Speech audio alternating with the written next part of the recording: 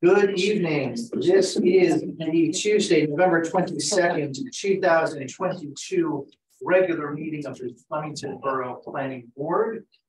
This meeting is called pursuant to the provisions of the Open Public Meetings Act, with adequate and electronic notice of this meeting has been provided by way of publication in the Hunterdon County Democrat, Courier News newspapers on or about March 17, 2022. In addition, the notice of this meeting was posted on the door of the Borough of Flemington Municipal Building, located at 38 Park Avenue, and any handicap accessible entrance is there too, posted on the municipal website, provided to the municipal clerk and distributed to all persons, if any, requesting copies of same. This meeting is being recorded for both audio and video and may be rebroadcast. This meeting is a judicial proceeding.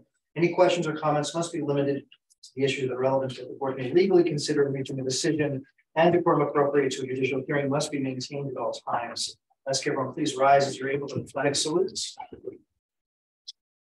I pledge allegiance to the flag of the United States of America and to the republic for which it stands, one nation, under God, indivisible, with liberty and justice for all. Please call the roll. Mayor Driver? Here.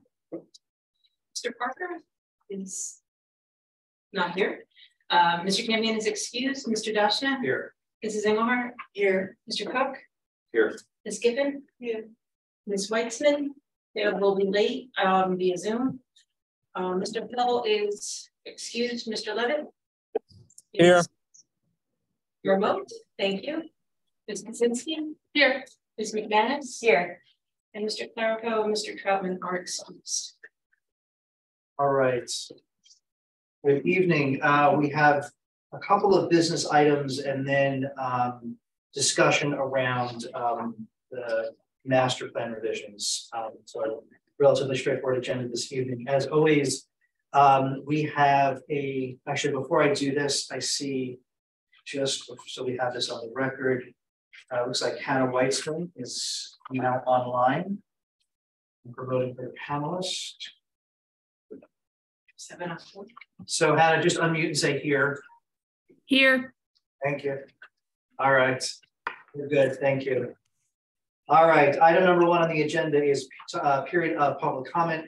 Any members of the public wishing to speak, please raise your hand, virtual or in person.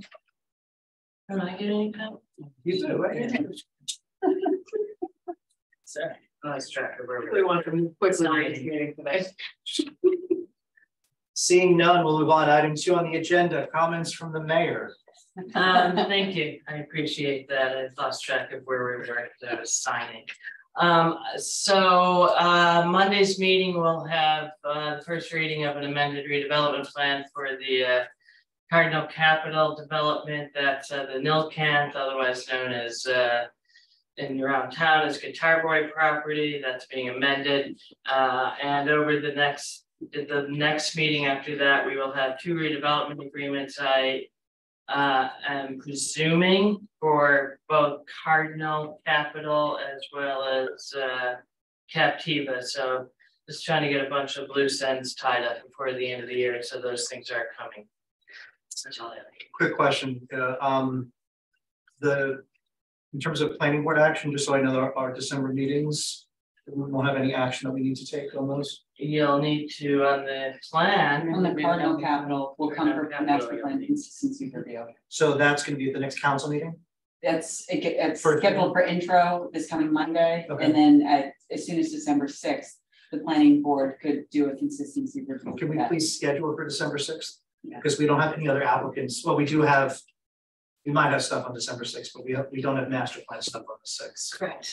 No, you do. What? You do, but it's not the public hearing. Okay. Like, we're going to review draft. Okay. But it's not the public hearing. Gotcha. But we've got room on the agenda. Yes. Right. Yeah. That's only 7 days before the public hearing. Can we have it drafted and revisions? It's a little imperfect, but yes. The plan will be on file. Yeah. And so the planning board will be given an opportunity to review, make comments, and then we'll have to talk about this at the time. Mm-hmm. Okay. So I just want to make sure that we've got those lined up for those. Okay, good. So we'll do consistency to the 6th. Mm-hmm. Consistency on the 6th, it goes back to council and then they'll do what they do. Mm-hmm. Gotcha. Excellent.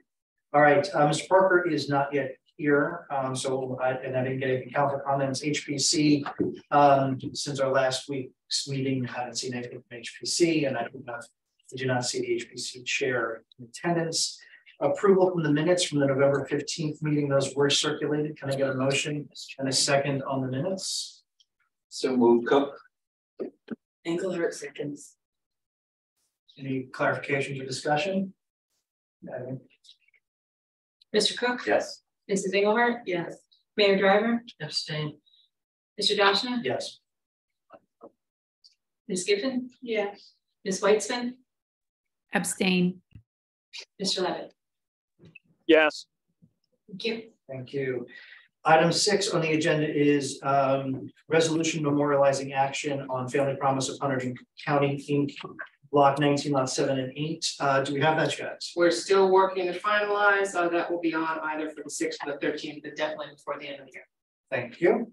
So we'll table that we'll put it on the agenda for our next meeting. Hopefully we'll be there by then. Item 7 on the agenda is resolution 2022-10 Tidbits NJ LLC Block 38, Lot 1.01, 144 Main Street, otherwise known as Millie's Bruncheonette. Yes. So we've got that and that was circulated, correct? It was circulated, Mr. Chair. There will be one amendment that we're proposing. The applicant asked for a little rewording of condition 3B.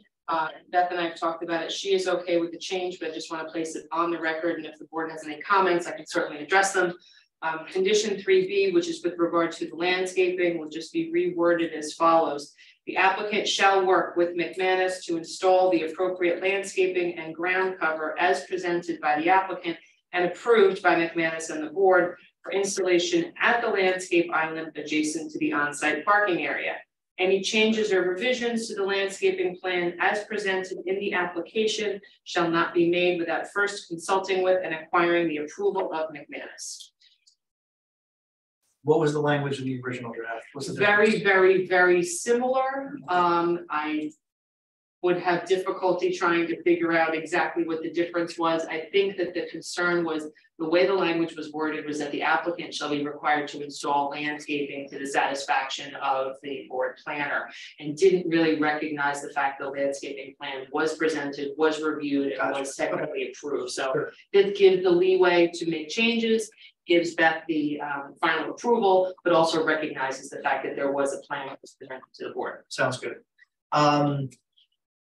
Eileen, can you remind us who's eligible to vote on the resolution?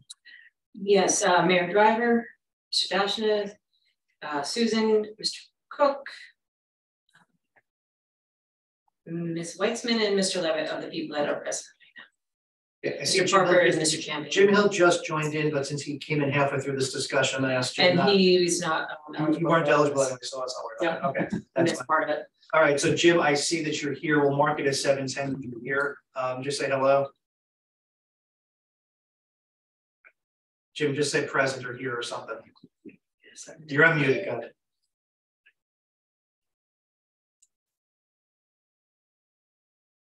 Jim, can you hear us? I just want to make sure. I don't think so. Maybe you can wave. Hey, Jim. All right, well, Some trouble. he's having some trouble, so let's not mark him present just yet. And I can hear you. All right, I can hear I all right. That's fine. So can I get a motion to adopt the resolution from any of those who? So moved. Can I get a second?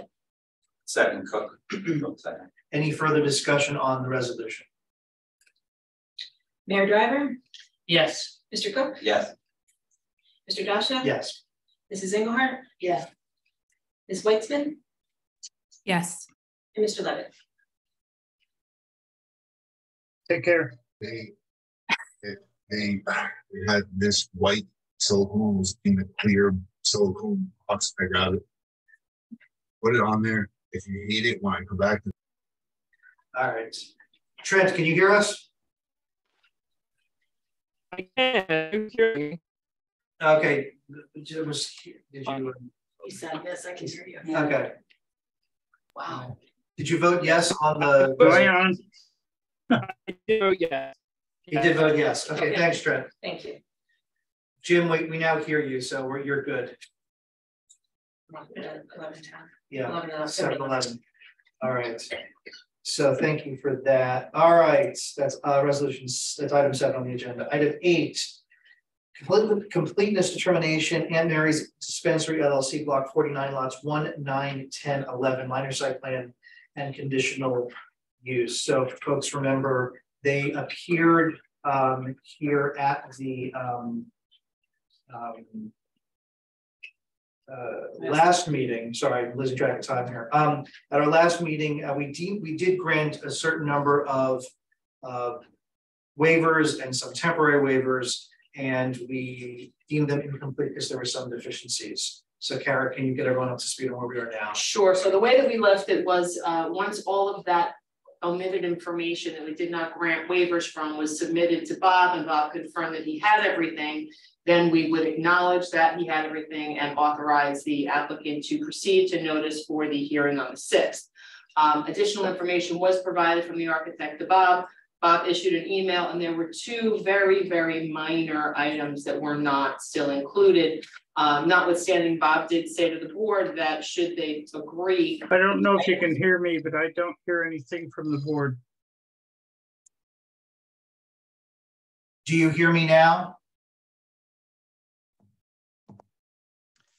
And I'm sorry, board, was that question directed to me? I promoted Mr. McQueenie. I'm sorry. No, because it's his application. Sorry, I didn't see his. Yes, yeah. I was going to say that because I did not see him on there either. Okay, But Jim cannot hear us. Jim, you cannot hear us? No. Okay. But other folks in the public can hear us. Hannah, you can hear us? Okay, so Jim, it's on Jim. Okay. So in any event, there were 2 minor items that were not submitted, and Bob in his email indicated to the board that he had no objection if the board wished to grant temporary waivers from those 2 items. Specifically, they are portion of item 6, which is that the type of application and the tax map sheet number be shown on the architectural and site plans, and item 34, that both 200-foot lists from both the township of Raritan and the borough of Flemington be incorporated on the site plan. Mr. McQueenie is here. He's asking that the board grant these temporary waivers to allow them to proceed at the hearing on December 6th. And should the board decide to do that, then we would take a vote, and then they would proceed next meeting. So what we're looking for is to deem them complete with these 2 temporary Correct. waivers on those items that'll get addressed at the site at the hearing. Correct. Okay, can I get a? I don't know if Mr. McQueenie has. Mr. McQueenie, is there anything else to add? Because this is a completeness determination. Nothing to add. I think the board attorney succinctly put that together. I guess the one point I would just request clarification on is that those 2 items noted in the board engineer's report, those would be fixed through the resolution compliance process. Is that what we're saying? I mean, it's up to the board. The board will be granting temporary waivers that they be satisfied when the board deems necessary. The board could require that they be completed and submitted prior to the hearing or as a condition of any approval. What we're talking about, Kara, is the addition. There are lot and block numbers have been added to the top sheet, but the nature of the application and the tax sheet number aren't shown. Correct. And then the other one is the list of adjoining property owners in Raritan Township. Both lists, both the Flemington and Raritan 200-foot lists, are usually on the cover sheet. On the site plan, they are not. Okay. However, they've been provided to the board in connection with the application, obviously. And they're just literally not on the sheet. So, correct. So it's deficient on the checklist. Correct. Okay. I mean, I don't know what the rest of the board feels, but I'm fine proceeding with temporary. I'm okay with that. I'll move that we grant the application complete with temporary waivers on items 6, 7, and 34. No, 7's fine. It's Yep, just 7 is 34. Just 6 and 34. Okay. Then The 7 they satisfied. Okay. And just items 6 and 34. Can I get a second on that? I'll second. All right. Any further discussion? Mr. Cook, Yes. Mayor Driver, Yes. Mr. Dashna, Yes. Mrs. Engelhardt, Yes. Ms. Giffen, yes, Ms. Weitzman, Yes. Mr. Levitt, He just bounced on and off. Yeah, can I vote on this or? I would rather you abstain because I will abstain, yeah. Yeah. Okay. All right, and Mr. Hill, I don't think he just. He's in and out. He's in and out. He's working. He's having an internet issue, Very good. so I think we're fine without it, right? Okay. Yes. Let's do it that way, make it a little bit safer in my mind. Okay, so we just so for the sake of the record and for everyone else, we are anticipating hearing right on this minor site plan with conditional use application at our next meeting on December 6th. Correct. All right. Look forward to the application. Thank you, Mr. McQueen. I appreciate the board's time and thank you for having me tonight. Happy Thanksgiving. All right, we are up to item 9 on the agenda, which is discussion of the master plan. So not knowing what kind of turnout we were going to get. Oh, look, he just said thumbs up. I think you can hear. Well, that's good. Maybe confirm that. Jim, can you hear us? Give us a thumbs up. I forgot that I turned my speakers off. All right, happy birthday. All right, so It's let's say 7:18. 7:18, Jim is now fully fully One of operational. those days. All right. So we had a subcommittee meeting earlier in the week, and what we thought we would do, not knowing how many members of the public there may be in attendance, and seeing as at the moment there are 0, and there are 0 online. That may change. Yeah. What I was hoping we could do is have Beth give an overview, summary of findings from the survey and all the other prior engagement, themes that are emerging, and then my thought was we would proceed as a hearing. We would do questions and then we would do discussion, just to make it a little bit easier if there are members of the public. I think that if it's literally just members of the board, we could probably dispense with that separation. I mean, it's really just to give feedback on master plan stuff as the draft is being worked on. So, and I will say that of the subcommittee, of the people who are here on the board, you know, Hannah, myself, Susan, and Todd are the committee. So I really want to make sure that we've got space for Trent and Jim and Karen to speak more than us, because we've been working on this, and the mayor, sorry, to talk more than us on this. So you've got some slides and presentation. We'll turn it over to you. Mm-hmm. It'll also preserve it for anyone who wants to review it on the recording later to do it this way. So you should be able to share screen. If not, let me know. Yeah, here we go. Oh, I do need to. I got it. I got it. Should be good now. There you go.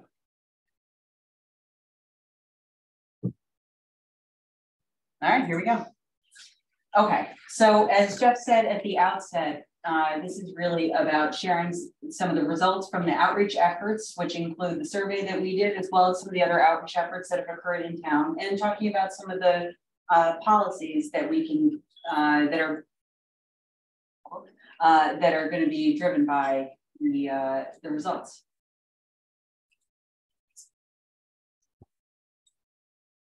So first and foremost, the first thing I want to cover, if it's just us, maybe it's a little bit less important, but for the public that might view this, simply what is the document that we're working on? What is a master plan? So this is a document that is, thank you, just in case, it is owned by the planning board, meaning it is the planning board that adopts it. It is not a council or a governing body document, although coordination is nice, but this is a document that is defined and designed by our New Jersey Municipal Land Use Law as something that is owned by the planning board.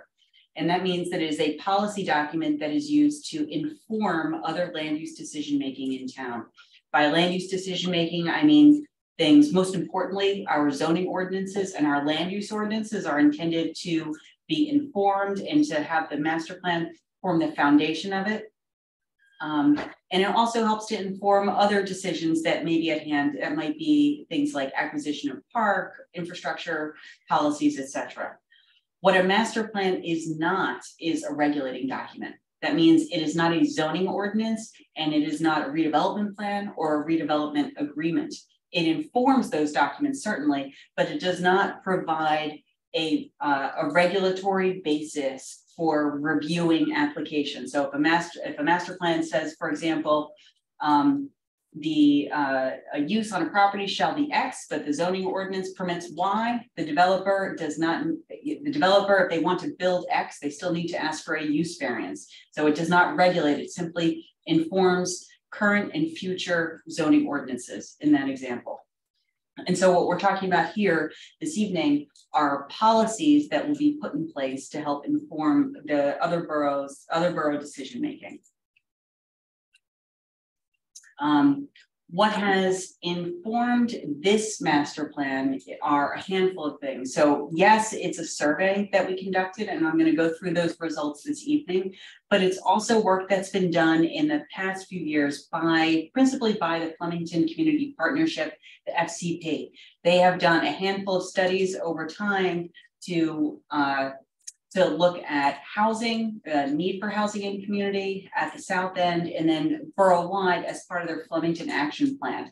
And so what this master plan does is it takes the results of not just the survey done specifically for this process, but also the results of these other three actions and sort of combines them to help to have these those outreach efforts collectively help to inform this master plan.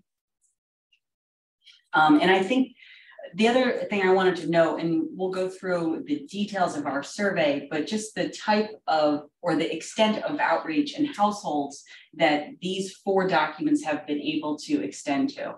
So what we have are our 2022 master plan survey, the report or the effort done specifically for this master plan that resulted in terms of round numbers, we have about 150 responses. We also have from the South End study, they also did outreach that was in terms of, again, round numbers, about 350 responses.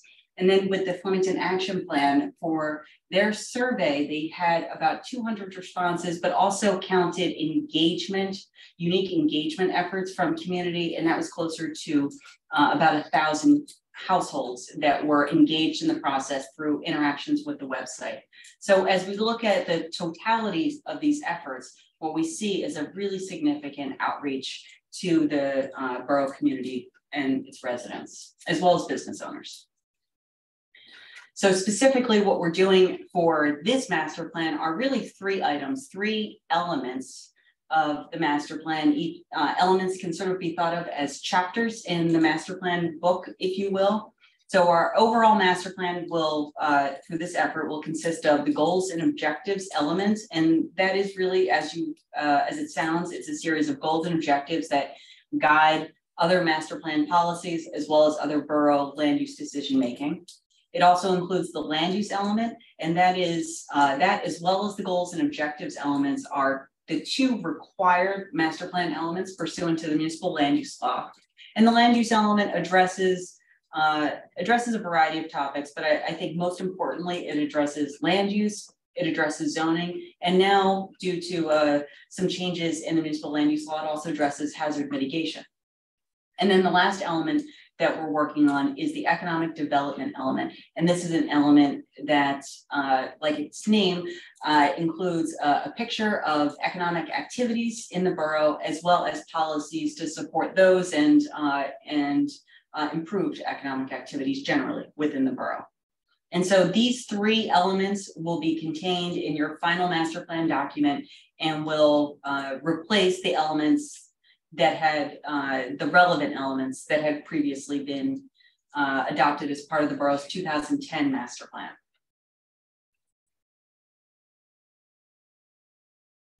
In terms of our outreach efforts for the survey done specifically for this master plan, the results were that through all the outreach, we had 78% of the respondents living in the borough. And then of all of the respondents, we had 89% of them as homeowners and 11% as renters. And there are a couple things that I think are interesting about these figures. In Flemington, I'm not surprised to see that nearly 80% are actual borough residents. That's unusual in other communities, but in a town like Flemington, where you're sort of the hole in the donut for Raritan, as well as for some of the surrounding communities, I'm not surprised to see that you had approximately 20% of respondents that don't live in the borough. I will say that it's important to remember that while some of those folks just simply lived in Raritan Township but still identify with Flemington Borough, some of those other respondents are actually business owners in the borough that own a business but may not live here. The other thing that I think is interesting is the share of renter versus homeowners. Now, I'm not surprised to see a stronger participation from homeowners. That's really typical, but in Flemington here, it surprised me a little bit because we actually have a stronger renter population at around 2/3 of the population, with only 1/3 as homeowners. And so honestly, I had expected these numbers to be a little bit closer, more renters, a little bit fewer homeowners in terms of share, but I'm not surprised by the overall theme, which is homeowners participated more. That's common in every community.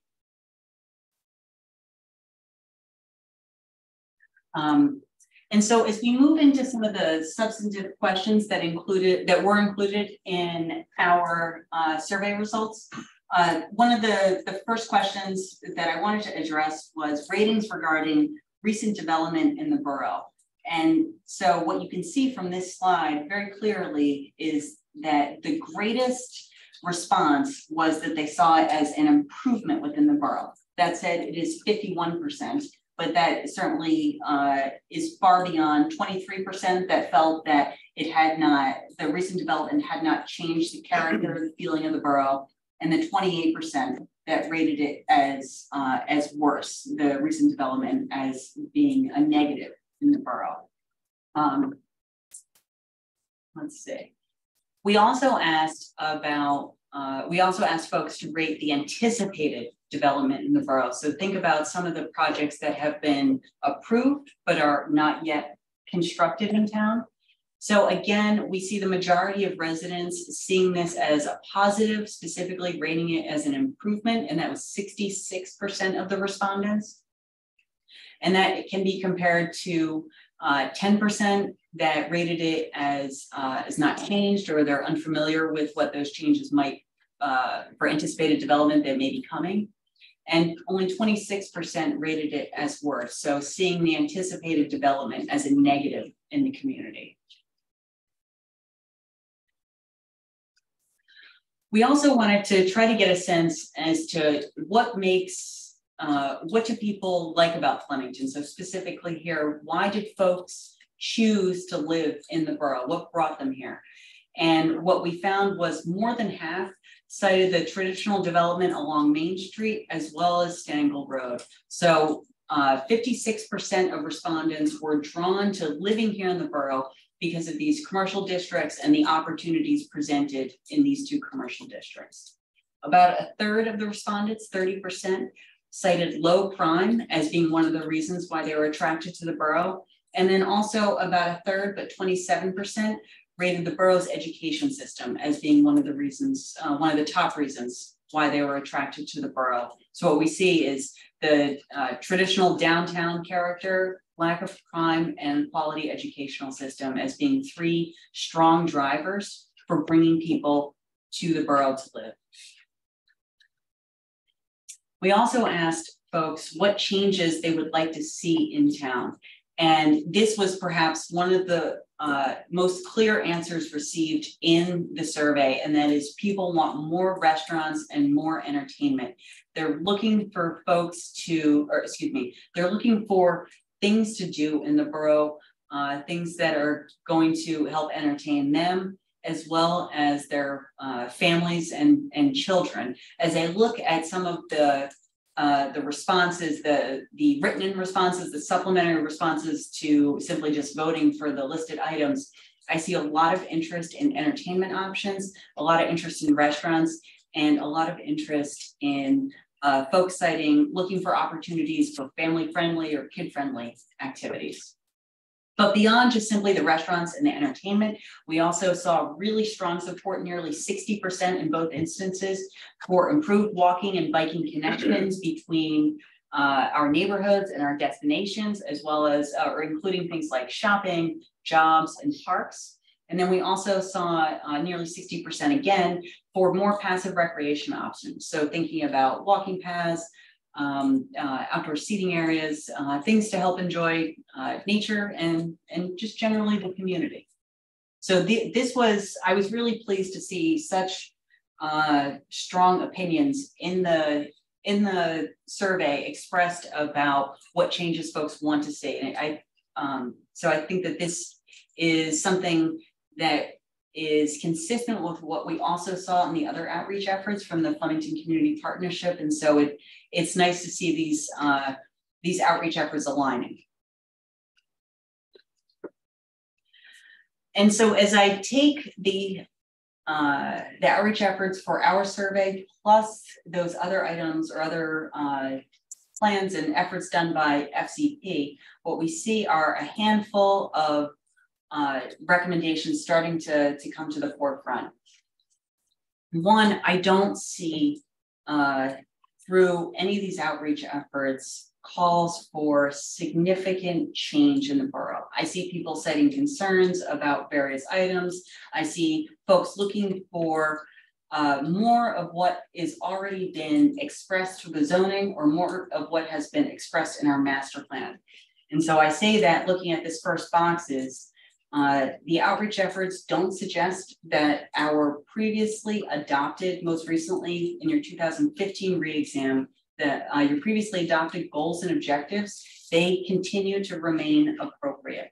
And so they talk about, well, a variety of topics, but includes things like safeguarding residential neighborhoods, promoting historic preservation, providing for active and walkable downtown commercial districts, and also referencing Stangl Road and seeking redevelopment and better utilization of our undeveloped properties. And so those goals, I think, continue to remain relevant, and I don't foresee a proposed change in our master plan. In addition to that, I'm also recommending that our residential zones not be subject to significant changes. I don't see significant concerns with our, for example, our single family or a transition residential district. I also don't see significant calls for new housing in the community. And so in the past handful of years, we've had an expansion of our residential districts. If you think about some of our redevelopments of Union Hotel, Liberty Village, for example, it seems that folks are, I don't want to put words in our survey respondents' mouths, but I don't see a call to take those examples and expand them to significant additional sites. So one of the things that you won't see in this master plan are recommendations for additional residential rezonings. What we see are sort of nipping around the edges of adjusting boundaries to match some of our existing uses, but I don't foresee a recommended rezoning for significant residential development. And in fact, what I do see is updating our commercial districts to make these more marketable and more beneficial to the community. And you'll see a handful of recommendations. That's actually what I'm going to focus on in the latter slides. But working with our existing commercial districts to right size them and to adjust the permitted uses to make sure that they serve us well generally. And so with that, let's talk a little bit about these recommendations. And I'm going to start with the TC district. So the TC district on this map, if you can, folks should be able to read it, but it's shown in purple here. This is your existing transition commercial district, and it permits a variety of uses, a number of retail uses, office uses. It's really intended to be a lower intensity commercial use, to sort of bridge the gap between what we have as highway retail along Route 202 and your DB downtown business district. But it seems like there's an opportunity to better use this TC district to the benefit of the borough. Because one of the things that I saw in the survey results and we've talked about as a planning board over the years is the desire to to really host a larger variety of uses than what we see in town. So I've seen or heard discussions about theaters a number of times, some indoor recreation spaces, as well as community gathering or community and gathering spaces. And it seems that the TC district, which in some cases is underutilized, not vacant necessarily, but underutilized, creates an opportunity for some of these larger uses, larger footprint uses. And I think that's important because these are new uses to bring into the TC district so that they can remain marketable or be, I should say, better marketable, or better marketed. And it's also an opportunity for us to incorporate some new uses in town in locations that are proximate to our downtown and are proximate to Stengel Road. And importantly, some of these uses that really are not well suited to our existing building types. So I'm thinking mostly about our historic buildings along Main Street, particularly some of the smaller spaces on Main Street compared to the desire for theaters and recreation and gathering spaces. It seems that the TC district can help serve that purpose. And I think it's also important to note that the TC districts currently permit a lot of retail development. And if we look at our 2015 reexamination report, for example, we see not a policy, but a goal to better ensure that our active uses, our walkable uses are within proximity to each other, or within proximity to the downtown, that they have a quality concentration so that it's interesting and an active place and it serves as a good destination, as well as along Stengel Road. And so the idea of amending the TC district to have less reliance on retail and more reliance or in terms of permitting uses for some of these additional and complementary uses will not only hopefully bring more life to the TC district, but it will also better support your other zones such as the DB along Main Street, as well as the VAS district along Stengel Road. So that's those are the handful of changes I'm recommending for your TC district, really just a revamping of this existing commercial district. Another one of the changes is addressing the PO district. And this was actually started not too long ago. We, through a zoning ordinance, that the DB, the Downtown Business District, extended north along Main Street. My cursor. You got a cursor. Yeah, I've done the computer though. Thank you. Right here. This area was just recently extended to include the DB district from the PO, a change from PO to DB. Define what PO is. Professional office. Thank you. And so, like its name, this is predominantly an office zone. It was, I think it was created before my tenure here in Flemington, but the intention was really to support the county office building. We're a county seat, and the thinking was, hey, we'll have a variety of office uses that are supported by the presence of county offices, county courthouses. So think about not only, but attorneys' offices. For better or worse, it really didn't materialize here in downtown for a variety of reasons. And so the purpose of the policies here is to take these lands, which again are underutilized in many respects, and to sort of breathe more life into them. So how can we have better utilized land that is proximate to the downtown? And so as I look at the feedback that we got from folks, and as I look at the map here, what I see is an opportunity to work with the PO district to transition it, pun intended, to some new uses. So I'm thinking about the transition residential district, which is located along the edges of some of our PO district, as well as potentially an opportunity for an expanded TC district. So essentially the PO district includes some of these larger lots that create an opportunity for complementary uses to help serve residents and to complement the downtown as well as Stengel.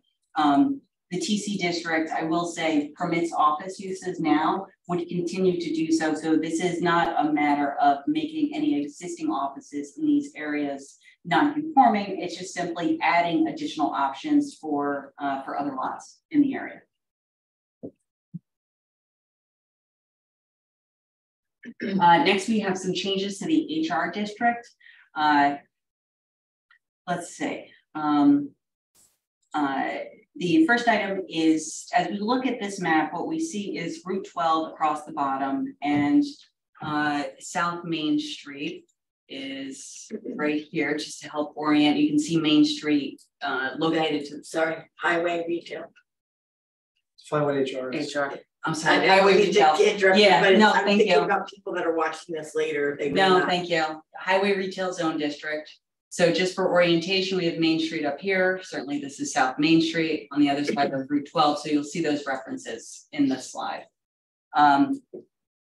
So the recommendations include replacing the HR district to the west of South Main with the TC district. And this would have the effect of eliminating those retail uses while also clearing the way for some more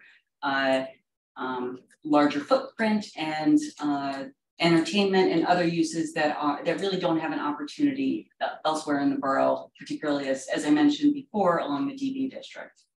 I'm also recommending that we expand the HR district on the east side of South Main Street, so you can see this little CV district sliver along the frontage of South Main.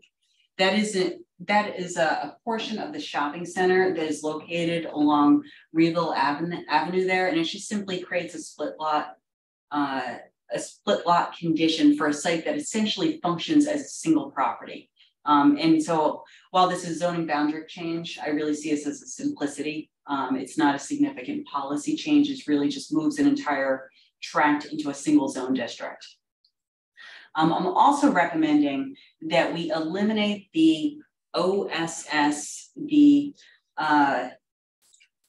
overlay for super shopping overlay from the HR district, and that is on the shops. You can see it on the black hatching just at the corner of the map here, along Reeville and 202 for that shopping center.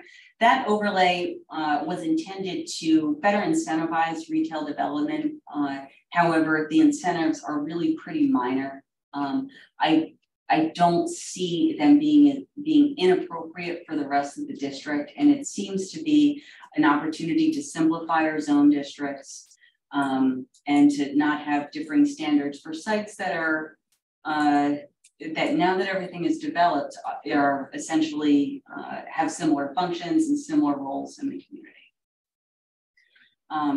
And so those are my recommendations for the the Highway Retail District. And then our last district is the VAS, the Village Artisan Shopping District. This is the zone district that is essentially Stengel Road, as well as the Liberty Village site prior to the redevelopment plan being adopted for Liberty Village. So, but it's that area shown in pink on this map.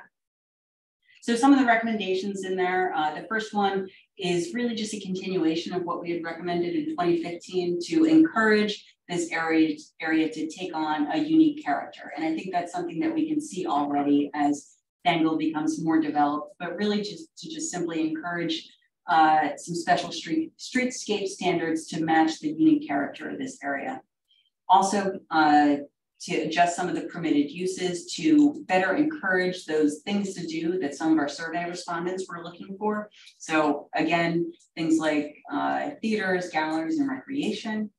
And then also permitting upper story and live-work residential units. The 2015 master plan had called for significant additional residential development in this area, suggesting, for example, going up to 4 stories and allowing for a significant amount of residential development. It seems like the goal of bringing life to this area through residences has largely, or can be largely achieved through the Liberty Village redevelopment plan with the residential that's going to be developed in that site. So that plus I think a character in Stangle area that folks really enjoy, quite honestly, I think gives support for eliminating the recommendation for significant additional residential development in the zone. And so really just sort of right sizing the zoning and the permitted residential development in this area. And so with that, those are the big categories of changes that I anticipate seeing in this master plan. But of course, I'm happy to answer any questions from the board if we have any public viewing. So if you wouldn't mind, stop sharing so I can see the board a little bit easier. And if we need to reshare and bring graphics back up, we can certainly do that. But I'm also noting that there are no Zoom attendees other than our board. So I just wanted to see that also. Okay, so I'm going to, let's start with the folks who are remote, who are not on the committee. So I'm looking at Jim or Trent. If you've got any questions or reactions for Beth on what was presented. Hi, Jim can go first if you said something. Yeah, Jim, you go first, then Trent. Oh, okay, sorry. I think, where do we sit with regard to some of the heavier residential apartment type applications that we've seen, like the one that's there, right there on Main Street as you come down to the light by Walter Ferran Boulevard and so on. That one seems to have kind of stalled.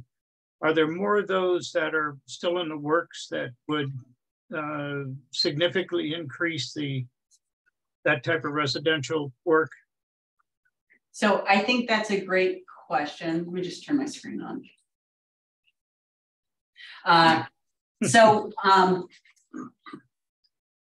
Most of the residential the larger amounts of residential development that are talked about, known in the community, are already subject to approval. So approval of some level. So that means that Liberty Village has their approved redevelopment plan.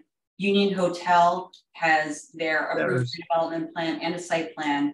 Captiva, which is on the north side of the Walter Ferran intersection, that recently just got site plan approval. And then the site that's, I would say, still subject to, the sites that are subject to change are the Carboy property, the Cardinal Capital Nilkant site. It's got a variety of names. That site is within the Global Agway redevelopment area, but does not yet have a redevelopment plan. However, there's actually going to be one introduced for this coming Monday, but that site is still, as of right now, in play, so to speak, because while there's a redevelopment plan adopted, there's a developer interested in negotiating an amended redevelopment plan. Other sites that might be considered to be in play are, I suppose, the Cut Glass property, since that has an older site plan approval on it, and the developer has not yet acted upon it. However, that site is not subject to recommendation in this master plan. It's not one of the areas that I'm recommending new residential developments or increased density, for example, beyond what had been approved. Yeah, my main concern is that we always talk about water and sewer, and they can eat up the capacity of both of them fairly quick, and it might slow down other types of development that don't use those amenities. But that was my main concern. Mm-hmm. I think that's a fair concern. One of the things that I think is positive that we've been doing in our redevelopment plans, and I'm not sure this answers the global question you may have, but working with the developers on infrastructure upgrades and infrastructure payments to help alleviate concerns like that. Okay. Thanks, Jim. Trent, we'll let you go next. Thank you. You can hear me okay, right? You're good. Okay, cool. Let's see. Comments and questions, right? Yeah, we can roll it all together. Okay, cool. I too, I guess, was kind of starting with the demographics of the responses and whatnot. I guess disappointed a bit also to see such a lack of renter responses, considering I think they make up a majority of the people in the borough. Yeah. Or close to it. It's pretty even. My first question, I guess, was the survey presented at all in Spanish? It was. Yes, we did offer it in Spanish. Okay, cool. That is fantastic. Do we know how many people responded to that one, or? I do. I'm sad to say it was 0, though. That is upsetting. Oh yeah, well. I was a little upset myself, but I know it was made available. I confirmed that it worked. So. No, okay. Yeah, definitely. One of the other points you made, better walkability always. Well, I'm sure Flemington is probably one of the best, if not the most walkable, other than like Lambertville. Yeah, always do better. Very happy to see, I guess, more kind of mixed use and broader zoning, I suppose. And I definitely like the second floor residential recommendation in the VS zone. That'd be great pretty much anywhere, I suppose. But that was pretty much all I had to say on that. Nice presentation. Thanks, Trent. Can you, in 30 seconds, just because half of us know and half of us don't, how was this survey deployed? Okay, it was deployed in a variety of ways. We published it, well, it's available on paper at the library. I worked with the United Way to have them distribute to their constituents. I also worked with Mike Humphrey here in Borough Hall to have him distribute it to the borough via electronic means. I believe it was posted on Facebook. I want to say all of the borough's social media, which I believe is Facebook and Twitter. And I think there was also a Nix, I want to say there was a Nixle alert. Yeah, well. There was a Swift something. Oh, Swift, I'm sorry, yeah. Okay. Same thing, okay. Just make sure everybody understood.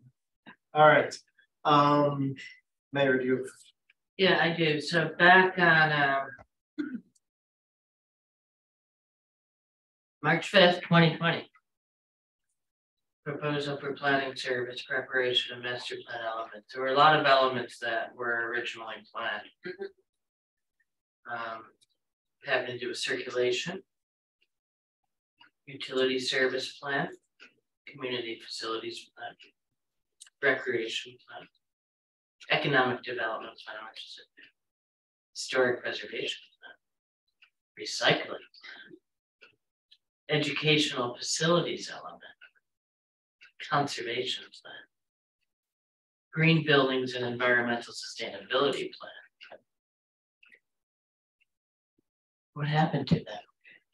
Well, and I realize they all cost money. Yeah. And I know that's part of the issue here, but given the fact that we have increasingly strict stormwater rules going into effect, and I expect them to get increasingly stricter.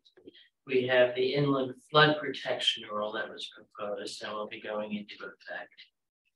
I'm a little disappointed that we didn't include the sustainability and stormwater stuff as well.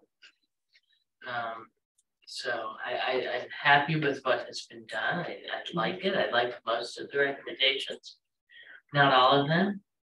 However, I won't be in a position to be acting on them, but I am disappointed that this board chose to leave out several, I think, important parts of a master plan that looks to the future beyond just rezoning some districts. That I think that there should be more sustainability as well as recreational as well in that. I can appreciate that. I think that I suspect there's no one here in this room that preferred just the elements that we did, but you're right, budget is a concern.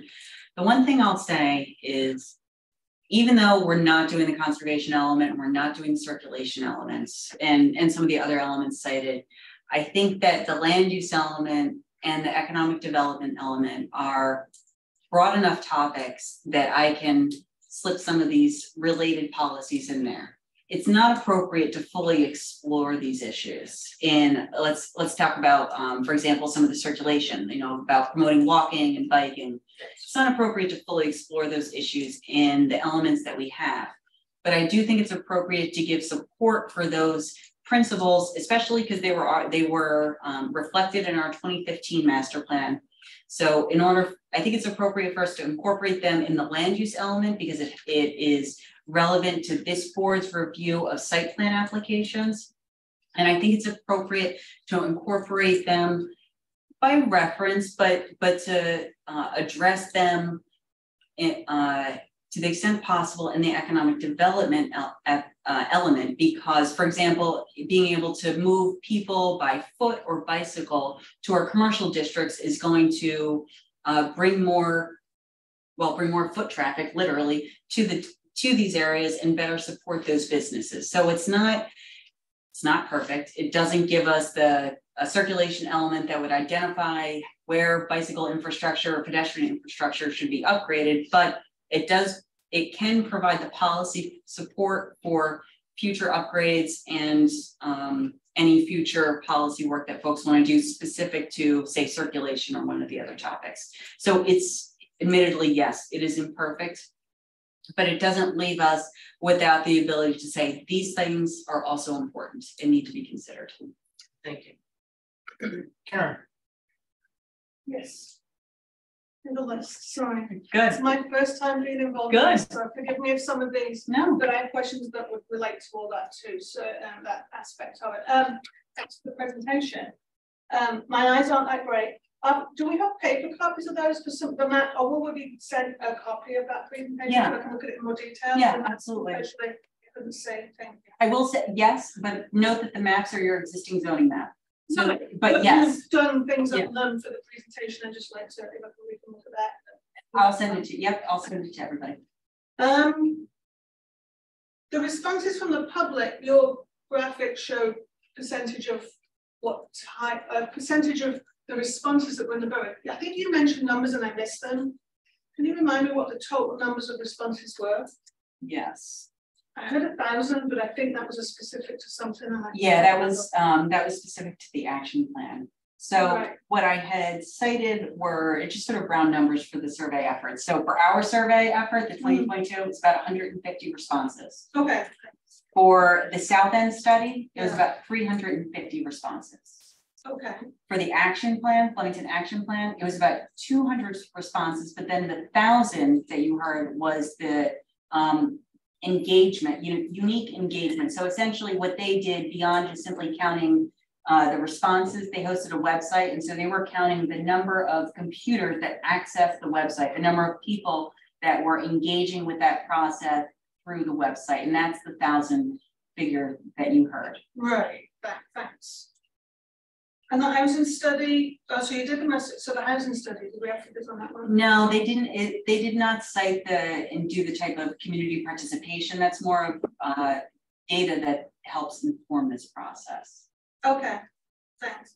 And this is following on really from something that I just raised about our next question about, you mentioned that you looked at 3 elements for this process. Now, this is where I need to understand about the master plan. So as I understand it, we have a 2010 master plan, yep, which is the master plan. We have a 2015 re-examination. Yeah. Does that count as an official master plan? Or is that is it like an adjustment, or does the 2010, because the 2010 is still online, so I'm just trying to understand which one is the master plan? So this is needlessly complicated, I guess, but our master plan, it doesn't really need air quotes, but the master plan is the 2010 master plan, notwithstanding what we might adopt in the future, but that is the master plan. The 2015 re-examination report just simply re-examines the policies in there. And the purpose of it is to re-examine the policies in your previous master plan, here the 2010, and to update it based on what changes have occurred. And so that re-exam goes through and talks about what changes at the state level, what changes at the county level, what changes at the borough level need to be discussed and incorporated, or at least addressed in some way. And so that's what the re-examination report is. So the re-exam, because yours is really quite comprehensive, it almost serves the purpose of a master plan, but it's really The master plan in total is really your 2015 plus your 2010. Those two documents sort of go together. So if it wasn't mentioned in the 2015, then the 2010 stands kind of thing. So it's like an update. It's like version 2. Yeah. So if something wasn't mentioned in 2015, then 2010 stands. Because this then ties into my question for this. Yes. Is if you're then looking at these 3 elements, do I presume that then every other element that's mentioned in 2010 that is not mentioned here, it still stands? And does then, and I know that further questions is tying in. We're supposed to have done this every 10 years. I know we didn't because of the pandemic. No, we're good. But does this, what I'm concerned about is if this master plan only contains 3 elements and it's supposed to be the 10-year plan, does the 2010 still exist? Because we're not doing all of it. Does that make sense? We're only doing 3 elements. Yes. It still exists. Yes. So fundamentally, back up. Let me take the easy parts of the question. The land use element that we're doing now in 2022 will fully replace the land use element in 2010 and the land use policies in your 2015 re-examination report. So your 2022 land use element will stand on its own. Okay. Same for goals and objectives, that will stand on its own.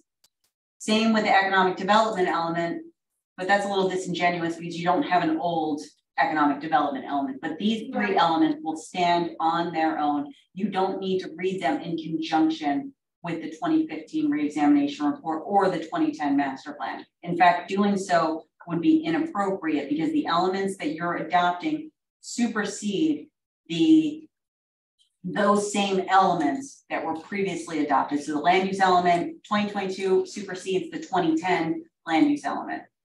So to the maps you showed me, the changes to the maps, is that land use maps? Yeah, those are your zoning maps. Yes. Okay. All right. So that would comprise the changes to the land use element. It's the updating of those maps. Yes. Yes. Right. Now I'm getting it. Now, but also talk about the 10 years and what is required and what's optional. Yeah. So, right. And I want to talk about some of the other elements. While you're doing that, it wasn't there a 2014 update as well? No. There was housing and historic preservation. Oh, yeah, that's right. We do have minor other. Yeah. Update of 2014 and another update in 2015. So, right.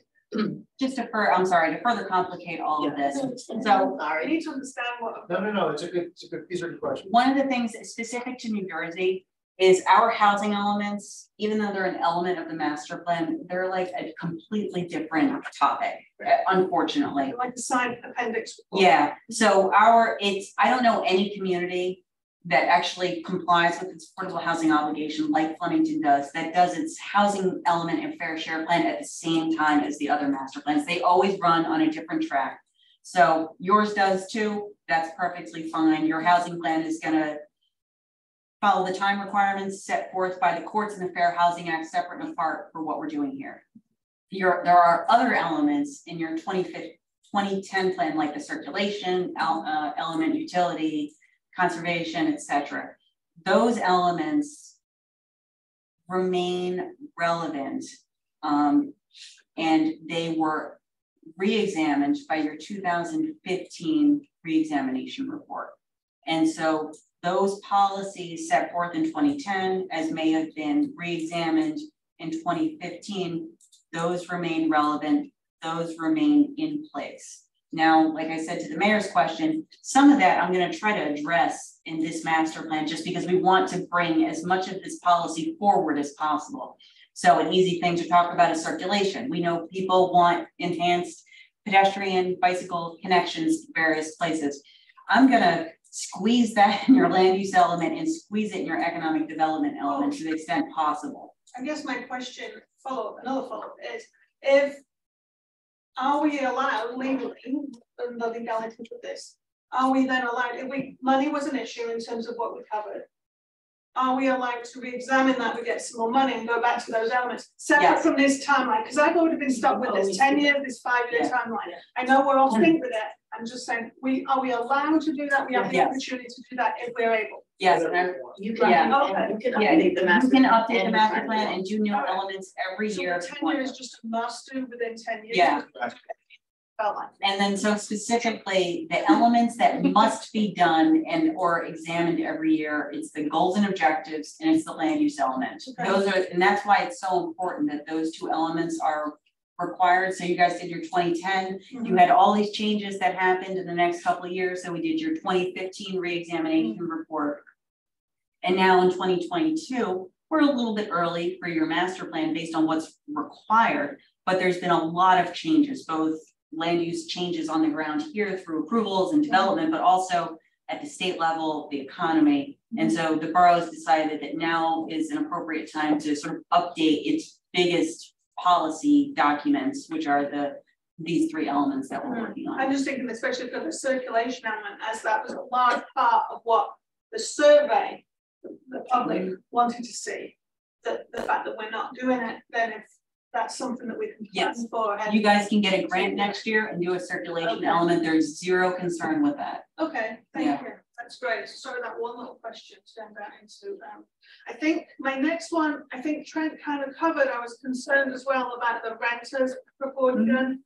That and I had a question here that says outreach for their participation, but you answered that in answering the other one.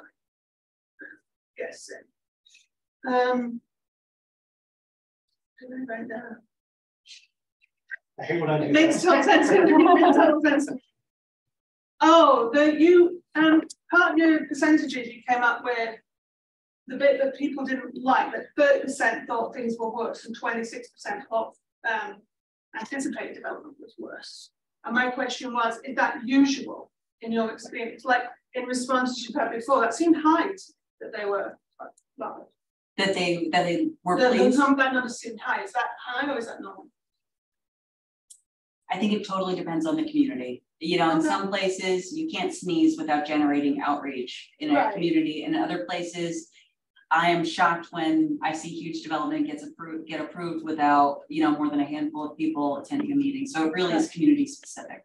Okay. I think the next one you also answered in somebody else's question. I had the residential zones not increasing. I was like, what does that mean in practice? But I think you kind of answered that you're tweaking. Yeah, what I'm trying to illustrate is there have been really significant changes to where residential is permitted over the last several years. And I don't see the master plan policies coming forward as being a continuation. What we're really talking about are more minor changes like adjusting VAS, the Village Artisan Shopping District, adjusting those permitted uses to allow upper story units as opposed to, you know, 3 more stories of residential units. You know, so smaller scale changes and no significant areas of rezoning to allow new residential development.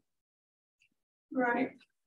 One of my other questions, I think Jim can cover, but I think I was coming at from a slightly different view, especially on the VAS area.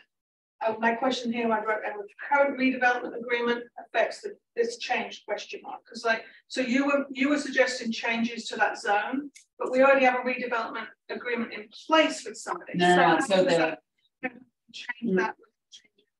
a great question. So Liberty Village is subject to its own redevelopment plan that is not subject to the zoning. So we could totally change the VAS district and it would have zero impact on what the Liberty Village redeveloper is allowed and required to build.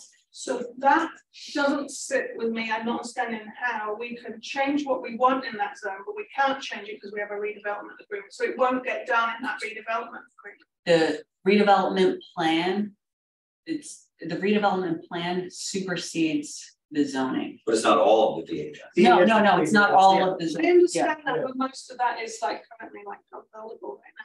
It's not, you know, it's all. Well, no, it's we had no, but then you had all the table junction. Right.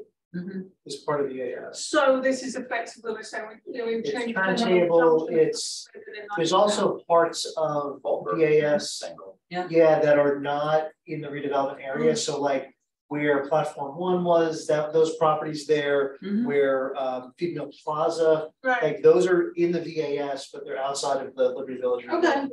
Right, I get it clear now. It was just when I was going, this is me jotting down as the thing was coming out. this is why, this is one of the pet peeves I have about redevelopment plans, is that it takes the planning board out of the process completely. Well, that's both from the master plan big and from the approvals process. And when we reviewed it, Yeah. that was kind of the point I made at the time too, is what I don't understand. We're not We're on the comparing same page, Karen. Alright, well, this page. Yeah. I think that's all of mine for now. One of my other concerns though was just in terms of the community engagement was on what do you feel like, not on specific, they weren't showing these specific maps, for instance, or changes in those. I mean, I guess you see that, but now their involvement in the next 2 meetings, how will they get access to those to have their public comments on the actual detail? Because like this comes to the question I was asking you this week, and I was asking you too far ahead apparently, but even for us, the devil is in the details and in the wording. The presentation was lovely, but I want to see when will we get to see the wording to really analyze what the actual changes are and to compare, you know, so I can compare the 2 documents and understand it thoroughly. Yeah, definitely. So the master plan is going to be available for folks on December 2nd, Friday, December 2nd. It will be available. Okay, the meeting's on the 6th. On the 2nd. No, it's really 2 meetings. Right, and it's been, I know officially the second meeting is the public meeting, but we kind of talked about this a few meetings ago, that how really we wanted to reach out to them and say that effectively that December 6th was the public meeting, even though officially the letter one is the public hearing. That's what we discussed before. Well, no, what I thought where we had landed was that this meeting was when we wanted the public to come, talk, and be heard ahead of the draft being written. Right, that was the plan. So we can incorporate that. So we can incorporate it, and then it'll be available 10 days before more than 10 days before the hearing. And then members of the planning board will have some chance, you know, we have 2 meetings before, you know, we have a meeting before the public hearing, but that the public should, you know, one, we wanted to hear from folks, well, people have been surveyed and interviewed and whatever over the last 2-3 years anyway. So we wanted to roll all that engagement in. And there was the survey. And we said on the survey itself, and in all the press that went out with it, that this meeting tonight was the meeting where we wanted to listen to what folks had to say so that we could incorporate those sentiments into the draft document. And then the draft document will be available, which is the 2nd. Yes. And then we would have the formal public hearing where folks can speak their piece, and then the board would decide to act or not act. Right. And when we talked about it before, I remember saying one of my concerns for the public was that they'll come to a public hearing, but if we're expecting to vote on it, there isn't time to add anything in when it's a formal public hearing. I understand we're offering this, but they don't have the wording to review. No, I understand. So, but then I'm thinking they do have the opportunity, because they see on the 2nd, they have the opportunity to speak on the 6th, because it won't be on the agenda for the 6th, so they can make comments They there. can absolutely, if folks want to speak on the record during the public comment period on the meeting on the 6th, since it's not on the agenda, absolutely. Yeah, there's no issue. So then they can speak. So that's absolutely. I think that was my concern, to make sure that, you know, people are just to say they didn't have the input or they didn't get a chance to speak, and that's it. We have it out there that there are plenty of chances. No, it's a good point. It's a very good point. It's a very good point. And I do see, just to kind of so everyone's comfortable that the public at least had the knowledge. According to the minutes from the October 25th meeting, we did say that tonight was the meeting for public input on the master plan. We talked about what was going to happen on the 6th, and then the 13th was going to be the public hearing. So, I mean, again, I don't know who was here that night, who heard that, but you know, it's been thrown out there. Yeah, and we also have received direct feedback from some people directly as well. I know, like, there was a comment about in regards to the circulation, which I know you're going to put into the verbiage. I'm just using this as an example. There was concerns about adding pedestrian lights at the intersection of Church and Main. And I know that's something that, even though it could be addressed in the circulation element, I know you're going to slip it into one of these, and that was a comment that someone brought directly. So, you know, it's not like you haven't gotten any comments. Yeah, in this, what Beth didn't put out on the screen, because it would be chaos to show it, is that of the 150 odd folks who did the survey, there were a bunch of those open-ended questions. Yeah. And we've got a bunch of specific text, and we can, and one thing we talked about at the committee meeting was there were absolutely themes that emerge that are going to help inform that. So it's not, you're right, it's not the same as someone seeing text in front of them and commenting on the text. That's a different kind of, yeah. No, it's not pretty stuff. No. It's a fair point. It's a fair point. You're absolutely right. It's a fair point. There were some strange ones in there, but a lot of them were things that we were already thinking about. Right. You know, it was at least encouraging that we're not, you know, too far from what folks were thinking about. I also think there's open-ended comments, you know, even though when I think back that 300 folks for the South End survey, 200 for the community action plan, which the community action plan we actually dropped flyers at every resident in the mail. We got 200. This doing outreach got 150 plus those comments. While I felt that it was, I thought at first, I was like, well, I wish more people had participated. But then I think we have never had any meeting that had 150 comments on anything. As controversial as we've done, we've never had 150 people in the audience all giving comments. And that's essentially what we have with this. And so again, I think because I was on the committee and I was able to scan and cross-reference that on paper, that I have a higher confidence level that we are addressing the concerns of people who care to participate. And I think between the three, and I suspect too, people maybe feel a little over surveyed. That's the that was our concern. What our concern was to begin with. We knew we already. Which is why I really would have liked to have seen this start back in 2020 when we first started talking about it. I think it's a disservice to this community that it's being done 2.5 years later. But that's not your fault. I want to mention that the committee itself met twice in February. We met in April again. We met, I think, twice over the summer, and then every month since the fall as well, at least once. So when I was going through all my notes and just my funny voice, a lot of the comments that we got back from the surveys were consistent with the ideas that like we had talked about. So I was kind of happy to see that. Yeah. Can I ask a couple of questions? You can. Some of the ones I've listed down. Okay. All right. So yes, I want to make sure Hannah and Todd and Susan have a chance too. But go ahead, whatever order. Go ahead, jump in. Can you remind me what zone the cut glass section? Yeah, that is in the. The Main Street, between Main and Broad. It depends on what area. It's DB and TC. That's right. TC on where the old food pantry is. Did we talk about changing the whole thing to TC at one point? Down by in the DB area? Yeah. Because when we were talking about when the ordinance came in to shift the DB zone north in order to connect the new kind of combined PC/TC zone. We also talked about shifting the DB zone up at South End, about a half a block up. But does that interact with that cut glass site at all? Yeah, it would. So I guess my question is, I can't remember how we landed on it. I have some old notes and I wasn't sure how we landed on that. Well, maybe I'm not sure either. I didn't have that noted as the cut glass site being recommended toward change from, well, part of it is in the TC, but for that area that's in the DB, from DB to perhaps TC or another district. I will say if the board is inclined to make that recommendation, I don't think it's inconsistent with what we saw from the survey results. I don't think it's inconsistent with some of the other policies that we've talked about this evening. So I guess I just will throw it out there. What would anybody, is that something that we want to address here? Or? So you're saying bring the DB all the way down to the railroad tracks? Yeah. No.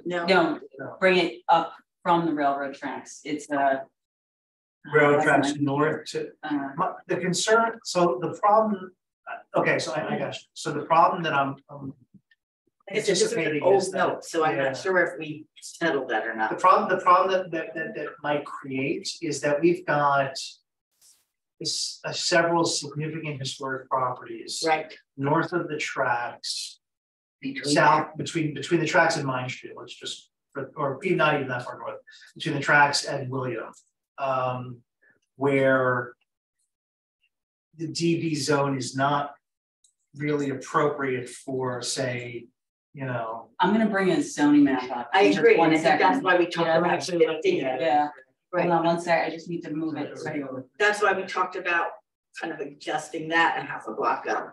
I know this is splitting hairs, but I just want to make sure that you're talking. Oh, okay, so you're taking on the east side of Maine, at the Cutlass side, where the tracks are, and on the west side where DB goes all the way down to Church. Can I share a screen? You should be able to still. Yeah.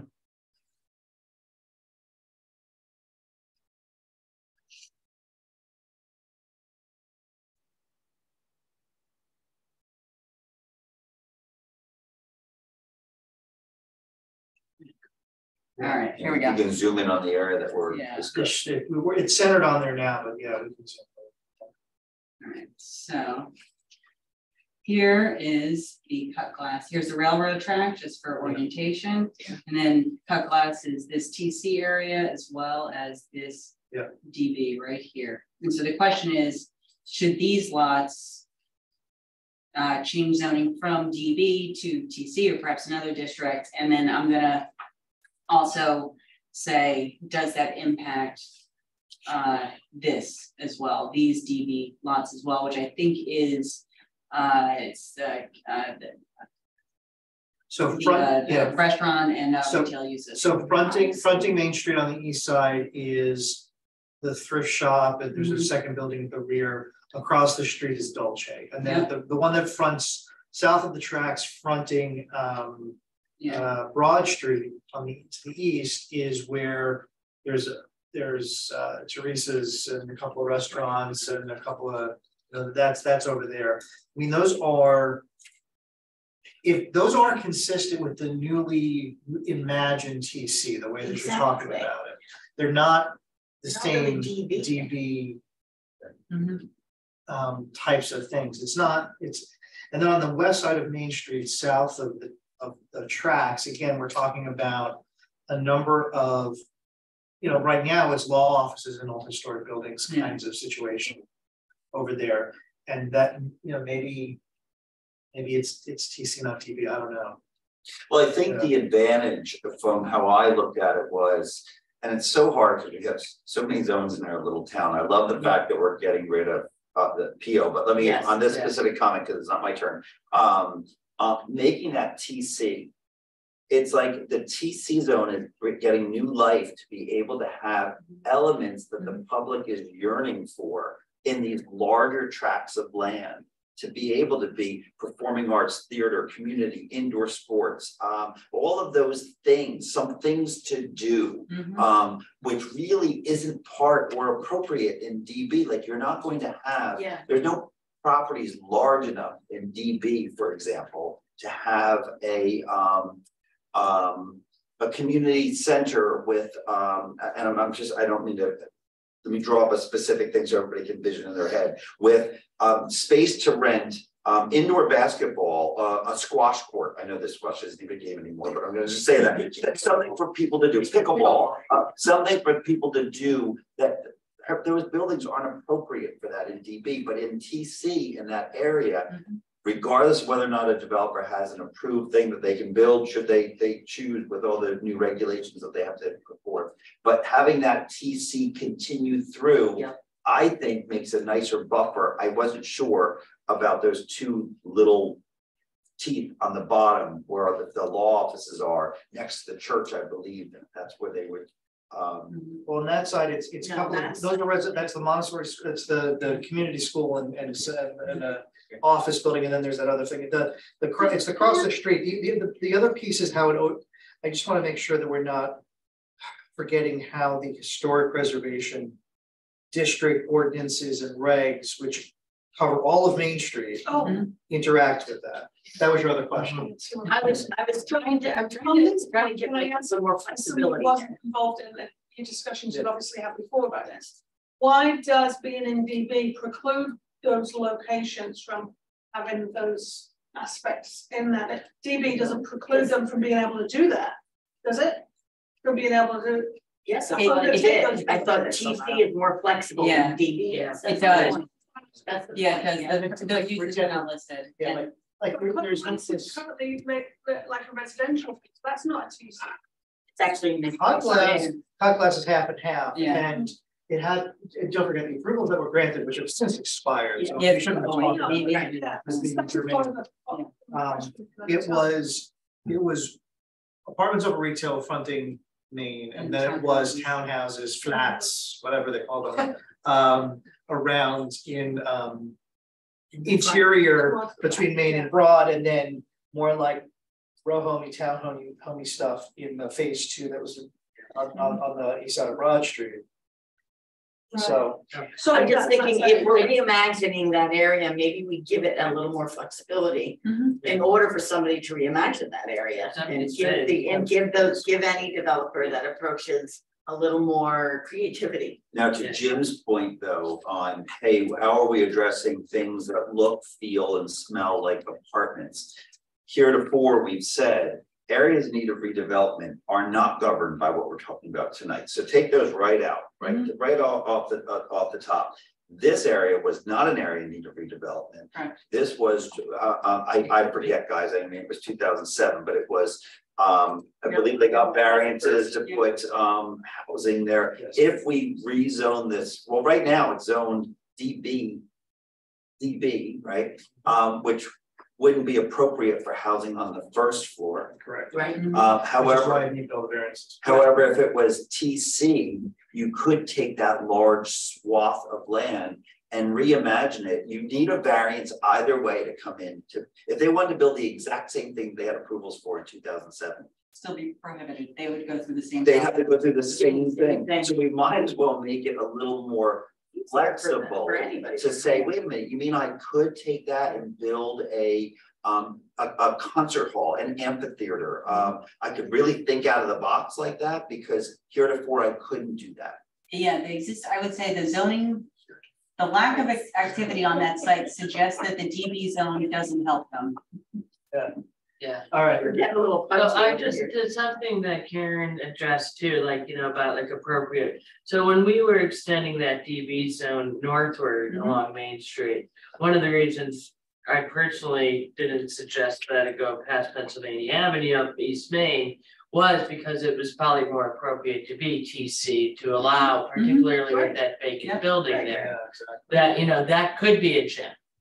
For instance, you know, that's something that would be perfect for that location. Which is why we did that. Exactly, which is why I didn't want to do it. So, you know, to make that TC is, I think, absolutely positively appropriate. And I do think agree. And although I think that the cut glass could be a great area in need of redevelopment as well.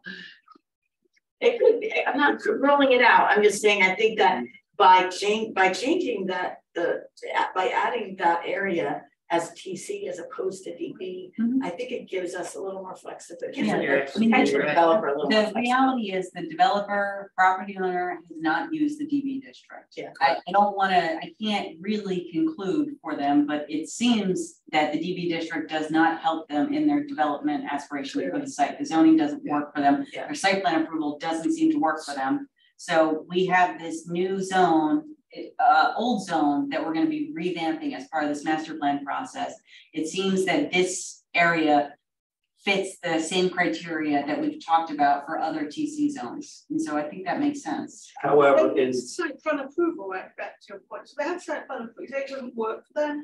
They have an approved site plan. It's expired. I just mean it doesn't work for them because they've been sitting on it for roughly 15 years and are not. Well, I don't think it's the designations that work for them. It's just the well, no, but if they haven't got the economics doesn't work for them. That's what and that's exactly what I mean. Their site plan approval doesn't create the economic incentive to do the development. If the by right zoning, the underlying DB was enough for them to do something with the project, they would have done something with the project. Right. Oh, I guess I was just Regardless of the approval. similar Yeah. to when it came up for Liberty Village. I guess what I was wondering is, have they approached and said they want to do something here that this doesn't work for them, or are you just blue No, sky? I haven't heard from those folks Okay. in Yeah, there's like been at least 5 conversations, years, but at least. there's And I been think more than that. conversations between developers and. We don't want to discuss anything specific. I'm not. Because nothing's been approached by to anybody here. Well, there have been discussions, but nothing that has come to But fruition. given that landlord, like when we think of the rationale for having a DB district, that concentrated retail, that Main Street feel, which people, number one reason why people moved here. Yeah. Right. So notwithstanding the property lines, when I look at that, my recommendation would be that the DB zone would continue along Main Street. And just the back half of that, I know it splits a property, so I have to process this and say it out loud. Like, I don't think it's appropriate to have the DB zone on Broad Street. I mean, it's not part of downtown business. Yeah. It's on the back side. So if there was a way to take that and leave what's along Main Street in DB and just have the large swath that goes along the railroad track there, I don't know, Beth. Like, again, I don't want to split hairs, but in other words, I wouldn't want to see, I'd like to see a building such as the one they were proposing in 2007 along Main Street versus having that be a large entryway into a my amphitheater crazy idea. You know what I mean? Like, I'd rather see, but yeah. So I think there's a couple ways that and I don't think we have to get into the details in the master plan, but I think there are a couple ways to accommodate that idea. Just a couple things that come to my mind are rezoning the site for TC with a DB overlay for a portion of the site, or it could be DB uses as a conditional use, with the condition being frontage on Main Street. You know, so there are a couple ways. This is what we made that the big fun. That takes our ideas and fixes them. All right, good. So that was only my first question. Okay, so that's why I want to move it on. Good. Thank you. All right. See, I always cause problems. The CB zone, C as in cat, B zone. Yep. Wasn't that also supposed to get mushed into the PO and TC? Again, these are notes from our meetings since February, so. But I didn't What is see the that CB happen. zone? Community business. Community business. Yeah, we talked about that at the meeting on Monday. And Scroll your map to south end of Main Street is where some of it is, and the north end of Main Street is the rest. Right. so what we have is the CB district here, and then just so that people see the world that we're talking about. It's not. No. No, it's just down there? Yeah, we talked Oh, about that's making right. a change too, yeah. So one of the things we also talked about is addressing this area of CB district, community business district, and just as just to follow up, we talked about looking at this area as well, potentially for community. Can you business. define this area? I I'm can't sorry, see the. Where the TC 7-Eleven is. Yeah, the TC at the northeast corner of town, right here. You can see that. Can you So- explain what the difference is between CB and TC? Good question. Yeah, that is a good question. There are not too many significant differences. That's why we were talking about the. Yeah. Which is why we were saying combine them, and then the basically my end of the south end of Main Street should also, if we're gonna revamp TC, let's maybe, if there's a way to kind of get rid of the community business as well, because it's not really doing anything extra for us, because it's really the areas that it's covering right now are, the shopping center with Gabby's and Krausers and UPS store, Rita's, and that little strip there on Rayville, the place, the little triangle that's got Chick-fil-A, I think maybe TR, but that over there, yeah. Can you scroll that down a little bit? Yeah, it's by the zoning map. Yeah. Yeah, so some of the biggest differences are the CB district allows for single family and 2-family homes. So it incorporates residential uses, at least as a permitted use. We have them along Church Street, and you think most of those are still homes within that CB. That's DB. No. The light green. Church Street is. Church Street is not, it's DB 2 SF. Yeah. But there are single and Right there, right where you're. Yes. Oh, yeah. They're homes. I'm sorry. I thought you were saying they're in the CB district. They're in the DB district. And DB2, which is a whole other. Yeah. That's DB2. I'm sorry. Yeah. I'm sorry. You're That's right. okay. It's a different shade of Yeah, green. no, it's. And so and in addition, the TC district also anticipates, not that this can't be amended, but the differences between the two zones. The TC district requires much larger lot sizes, so it's a minimum lot size of 20,000 square feet versus 4,000 square feet generally for commercial uses in the CB district. So the TC, sort of similar to what we've talked about, trying to revamp it is really was intended for larger lots and larger uses. The CB district is really intended for smaller uses. And like I said, also incorporates some of the residential uses, but beyond that, a lot of the uses are very similar. Both zones permit a variety of retail uses, a variety of services. The one thing, let me just make sure this is correct. I think maybe it would be best to change the CB to TC. I don't disagree. As long as minimum lot size doesn't come into play, because some of the things. Yeah, it would render all of those lots non-conforming. Right. The other thing that it would do, though, is one of the things that we've talked about in the TC district is taking out those retail uses. And so if we rezone that CB district, we're in danger of creating non-conforming uses for your like the Gabby's, the little shopping center down there, your retail uses. Since the TC district moving forward is not going to be a retail zone. Can I ask a silly follow-up though? In your presentation, you wanted to change the HR, right? So you're going to extend the HR to basically the South Main Street, right? Which is part of this CV. Going west on 12. There's another HR over there. We were going to make that TC, right? Correct. And then the little section of south of 12, that's in the CV there. This area? Yeah, that area over there. So there's a bunch of there's like several houses. Some contractor uses. And a couple of contractor uses, and I don't think, I'm just counting lots there. I don't think you're getting as far out as say, okay, so square footage that's that big. Yeah, they're small little lots. They're like quarter-acre lots. They already talk to you like yeah. We were talking about the transition, early conversation, we were talking about gateways and transitions into the borough. And one of the things was coming into town from the west on Route 12, off the divorce circle. How would you know that you were in Flemington, right? We were having this kind of gateway conversation.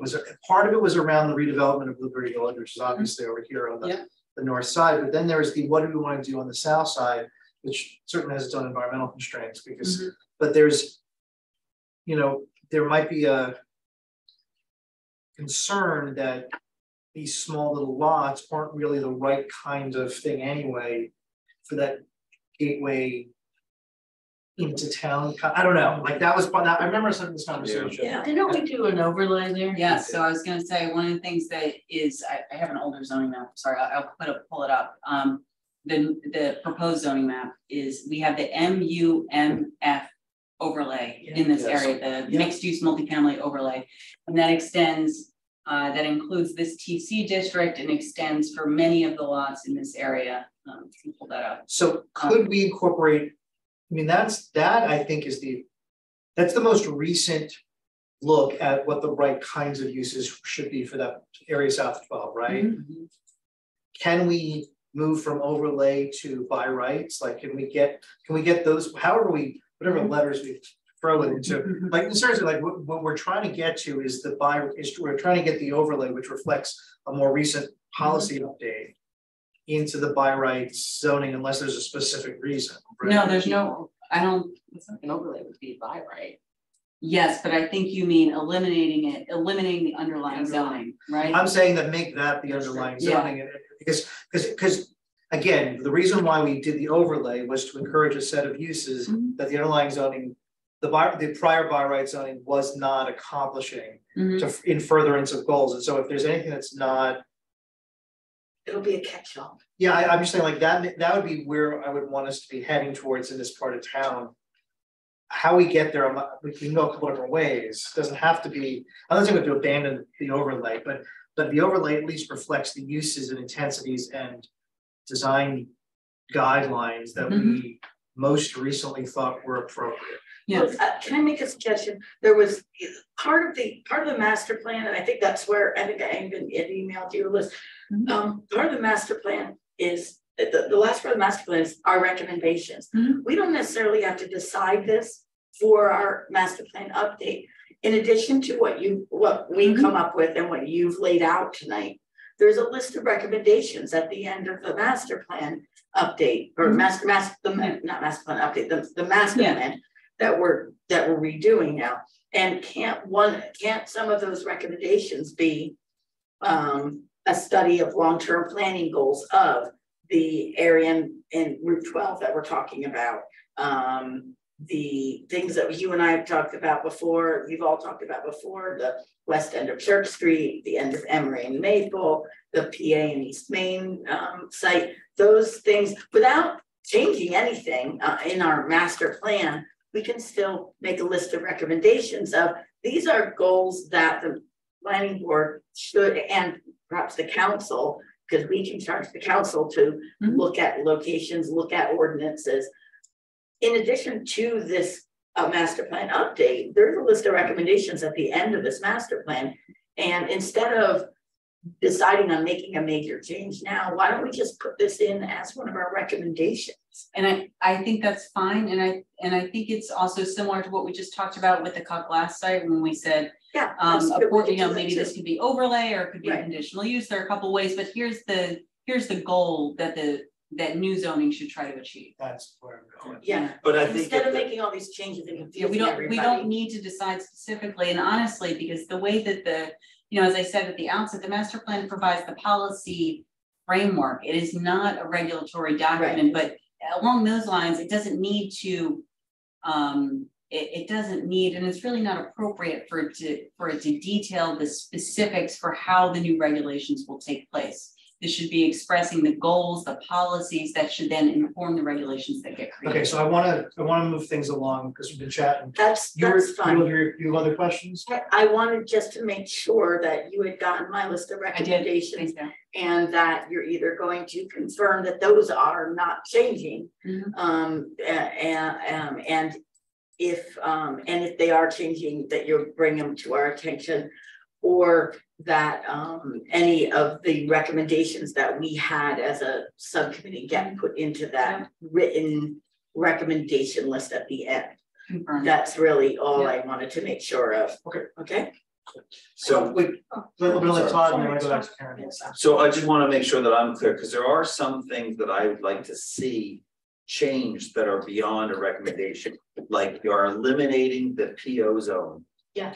And we are replacing it with what we talked about this evening. Yeah. But things that were more complicated, like the community business zone, and you say, oh, but if we do that, the lot size should be an overlay. That to me is where it takes a lot of work and a lot of study to do that. So it's sort of like I'd like to make those the recommendations, but other things you will see different colors on the map. Yes. And I think a different color could be that along the railroad tracks by the old cut glass site. So okay, I just want to make sure that I heard, because I don't want to make all of this just a list of recommendations. No. The recommendations are the things that are a little more complicated, because it's going to one thing, but unearths another, but gets another, whatever that. I mean, to be fair, when I heard the list, when I think about a list of recommendations, I think it's gonna range. It's gonna say things like change this specific area from this zone to that zone. It's going to be considered changing this general area in order to incorporate these goals. So some of the recommendations might be very detailed, and some of them may be very, like the traffic light thing, or the pedestrian route that connects Mine Street to Khmer again. Those things are more specific, where these things are more kind of And I know this is a document that we use for developers that come in and so on and so forth. But I also want to just state, like, even a circulation plan. Some things are handled, we think of it as we have a community partnership, whatever you want to call a bid. We have the planning board and we have the council.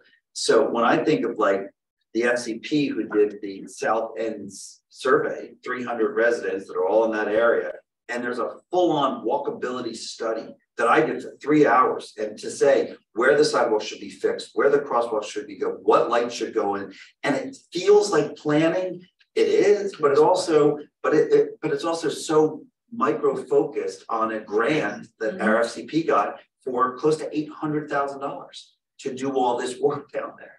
So it's like, I think it's like what, we have to make sure that we're cognizant of all the moving parts. And I would never want to say to the FCP, don't get the neighborhood preservation grant, but they did. I just want to make sure that our master plan allows that group to flourish and do things that because that is what residents want as well. Yeah, but we also need to make sure that what they're doing is in line with our long-term goals. So, Okay, Todd, did you have other questions? And so that's how I felt about the walkability, and Karen understood that. And I would like to see, I don't know if we could put it in from a recommendation or just a comment, but like an educational element, because there were a lot of comments that I think were erroneous in their with respect to the folks that answered the survey, like our schools can't handle any more people. I don't know how we get that word out unless it just says that we should be cognizant that anything that we do on its effect on schools and traffic, for example. I think you need to include the school enrollment numbers and the demographics, and people are under the mistaken. There is capacity, it just needs to be shifted around a little bit due to where the township is putting in a lot of apartments as well. But the capacity is in the schools. It is absolutely. So I don't know, again, it may not be a full-on educational element. It's just like, I guess there's some facts that I'd like to see. Good luck. Yeah, I know, and if not, if it's overstepping our bounds, because I do think it's not overstepping our bounds, because we put the demographics in, and we can cite the fact that part of other prior planning work that's been done under the FCP grants specifically talked about capacities of schools and found that schools have plenty of capacity. It's already out there. Didn't I send you those demographics like in February? Yeah. And we just include them in there? Yeah. And I want to make sure that, because as we go through this and start to look at all the complications, even in our 1 square mile, that the document that we have that you're putting forth this evening is a good document, whether or not it needs an amendment in 2 years or what. There are some things that just aren't working right now, like the PO zone, just flat out not working. And I just like to make sure that we're ahead of, some of the crazy ideas. What happens when the county abandons the jail? Really, well, they've already abandoned the jail. What do we want it? We want it to be transition commercial. So we don't want it to be a housing development, for example, according to what we're saying this evening. So I guess my recommendation is I think we've got a good start. It may not be all the things like the mayor said that, wow, we could have had, could have, should have, would have, but we don't. But that doesn't negate the fact that I don't think we should say, oh, you know what, let's put it off another 3 years. No, we're not putting anything on it. Right. She's concerned about keep going with the recommendation. Yeah. Aaron, what did you have? I made a note that both we have an environmental, well, we're supposed to have an environmental committee and an HPC. We do. But on their ordinances include that they're supposed to be included in discussions on master plan. And I'm going to ask if the committee reached out to them, or at what point are we reaching out to get their input on this process to make sure that we cover those ordinance requirements for those committees.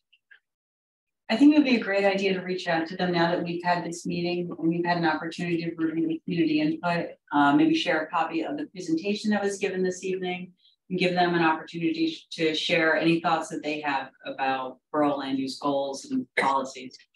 Yeah, I think separately from it just being available on a second, I think if we could do official, like send it to them and ask for a letter of some sort, or partner with them. We did a lot of work increasing the HPC, bringing them up to the top of the agenda, and reaching out to them to ask for them to come and Well, we're comment. not changing the historic preservation element. No, So so that's that's, a, so like, it's supposed to be involved in, and then they just say, we have no comment, what you've proposed, that's all. But I'm saying in terms it's of appropriate. to ask them to make sure that that's covered, really. Yep. All right, I forgot Hannah online. I'm sorry, Hannah, is there anything you wanted to add? Here, let me stop sharing.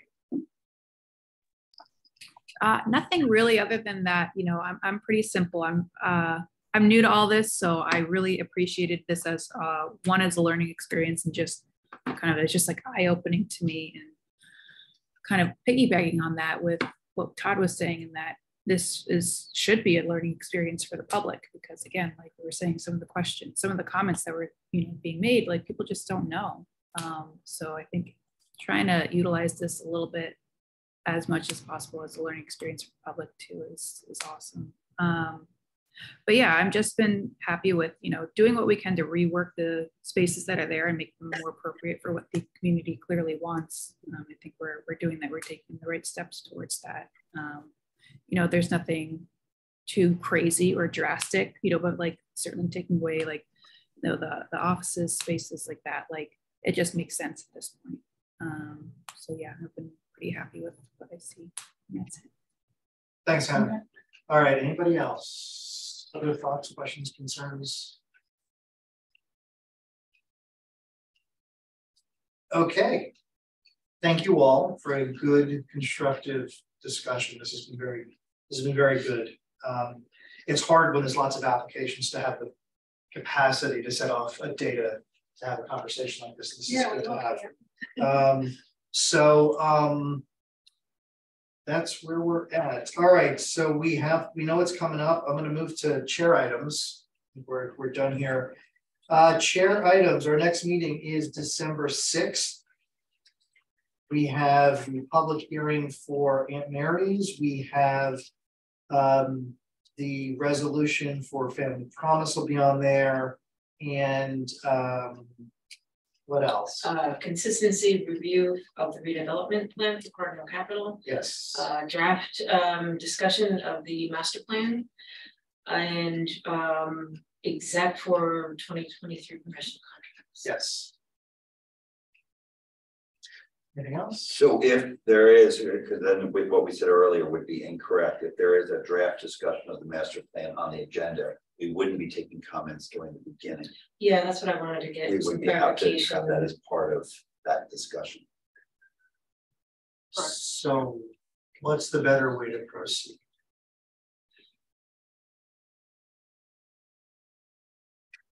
Thank you, Mary.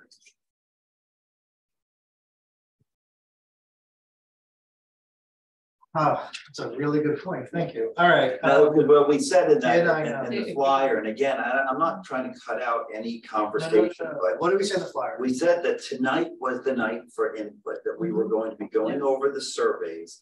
And the surveys it's like having 150 people in this room saying the things like what we heard, the town needs more liquor licenses. Okay, you know what, we're going to move on because that's not our within our purview.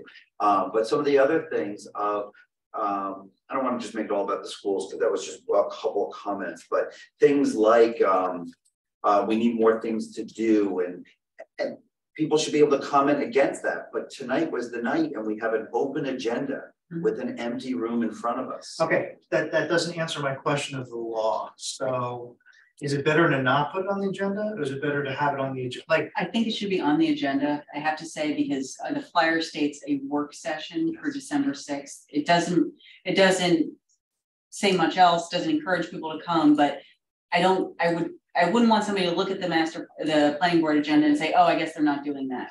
Okay, so then. And as far as commentary goes, whether they're here and have the opportunity to comment at the beginning with regard to an item not on the agenda versus having to wait an hour, half hour, wherever it's going to be on the agenda to have that comment.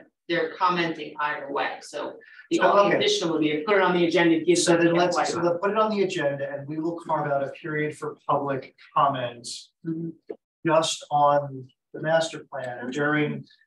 Which is not required. It's not required. Not what I was going to say. But we'll put it on there. And then we'll have the formal public hearing on the 13th. And we're gonna have it on December 2nd, right? So we're gonna have, we're gonna have the draft. Okay, sorry. So we will have 4 days, and the public, so we'll all have 4 days to read it, and like minor stuff can be changed between the 6th and the 13th, right? We want to be minor. I know stuff, minor, because but we- I mean, like, when we find an inevitable spelling mistake, it's copies we're gonna. Yes, that's we're gonna the problem. point that out. Survey County Plans and to the Office of Planning and. Would they also be going to the groups like the environmental? It is, that is gonna, that should be That's what we talked about. part of that distribution, yeah. Well, yeah, we want to do that. Well, we wanna do both. So, but the both would be, is it Beth reaching out, is it Eileen reaching out to both chairs to say, we would suggest. So right now Beth is gonna reach out to the chair of the HPC and the chair of environmental commission, because they've got statutory participation by ordinance. She's gonna do that like tomorrow. Then Presentation. for the presentation and any other thoughts as we're working to finalize the draft. The formal notice that there's a plan on file to be reviewed comes from Eileen, and that goes to everybody, including the chairs of those things, including Hunterdon County, American Township, and Office of State Planning, and all the rest of it, right? Right, but I mean, for the HBC and some of the commissions, it wouldn't be a certified No, that's return receipt. No, It's simply an email of our notice and with any documentation that. Yeah. That's best. Yep. Yeah. Okay, then that's how we will proceed. And we'll have to just work on, I'll do a draft agenda and then, you can take a look at the order and figure out where. So I will say that I would like for us to kind of roughly follow our normal procedure and Resolution. do the resolutions first, do the public hearing for Aunt Mary's, then do master plan. Because I'd rather not have to have the applicant pay. What about the professionals to consistency review of the? do consistency before the public hearing. Before the. Sorry. And then at the end, exact. Exactly at the end. Yeah, I don't want the applicants to have to sit through the master plan discussion, pay the professionals, if we can do that first. Yeah. Okay, excellent. Thank you. Bills were circulated. Yes. Can I get a motion to honor the bills? Moved. Second. Mayor Driver? Yes. Ms. Giffen? Yes. Mr. Dashna? Yes. Mrs. Engelhardt? Yes. Mr. Cook? I'm gonna abstain on this. Ms. Weitzman? Yes. Mr. Hill? Yes. Mr. Levitt? Yes. Thank you. Item 12, professional reports. Do we have any? Other than the extensive report of the master plan? No. Thank you. We do not need to go to executive session. Nope. Can I get a motion to adjourn, please? So move Cook. Engelhardt seconds. All in favor, please say aye. Aye. Have a good evening. Have a good Turkey Day. Happy You too, everybody. 8:50.